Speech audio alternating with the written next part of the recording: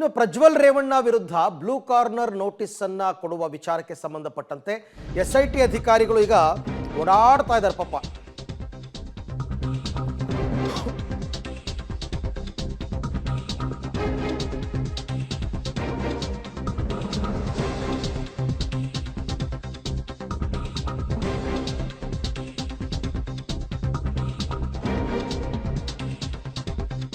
ಮಹಿಳೆಯೊಬ್ಬರನ್ನ kidnap ಮಾಡಿ ಬಂಧನಕ್ಕೆ ಒಳಗಾಗಿರುವ ರೇವಣ್ಣ ವಿರುದ್ಧ ಈಗ ತನಿಖೆ ಮುಂದುವರಿತಾ ಇದೆ.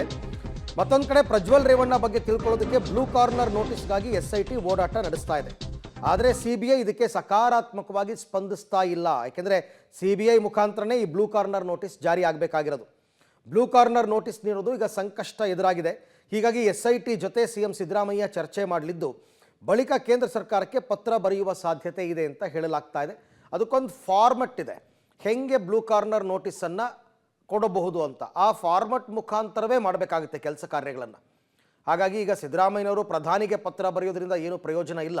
ಕೋರ್ಟ್ ಮುಖಾಂತರ ಮೊನ್ನೆ ಅಣ್ಣಾಮಲೈ ಅವರು ಹೇಳಿದರು ಹೆಂಗೆ ಈ ಬ್ಲೂ ಕಾರ್ನರ್ ನೋಟಿಸನ್ನು ಕೊಡೋದು ಅಂತ. ಅದು ಪತ್ರವನ್ನು ಪ್ರಧಾನಿಗಳಿಗೆ ಬರೆಯೋದಲ್ಲ, ನೀವು ಕೋರ್ಟ್ ಮುಖಾಂತರ CBIಗೆ ಡೈರೆಕ್ಷನ್ಸ್ ಕೊಡಬೇಕಾಗುತ್ತೆ. CBIನವರು ವಿದೇಶಾಂಗ ಇಲಾಖೆಯವರ ಜೊತೆ ಮಾತನಾಡಿ ವಿದೇಶಾಂಗ ಇಲಾಖೆಯ ಮುಖಾಂತರ ಬ್ಲೂ ಕಾರ್ನರ್ ನೋಟಿಸನ್ನು ಇಶ್ಯೂ ಮಾಡಬೇಕಾಗುತ್ತೆ. ಅದು ಎಲ್ಲ ದೇಶಗಳ ರಾಯಭಾರಿ ಕಚೇರಿಗೆ ಹೋಗಿ ಅಲ್ಲಿಂದ ಎಲ್ಲ ಏರ್ಪೋರ್ಟ್ಗಳಿಗೆ ಮಾಹಿತಿ ಹೋಗಬೇಕಾಗುತ್ತೆ. ಆ ಕೆಲಸ ಮಾಡೋದಕ್ಕೆ SIT ಅವರು ಪಾಪ ಈಗ ಓಡಾಡ್ತಾ ಇದ್ದಾರೆ. ಅವ್ರಿಗಿನ್ನೂ ಕೂಡ ಇದಕ್ಕೆ CBIನವರು ಸಕಾರಾತ್ಮಕವಾಗಿ ಸ್ಪಂದಿಸ್ತಾ ಇಲ್ಲ ಅನ್ನೋ ಮಾಹಿತಿ ಇದೆ.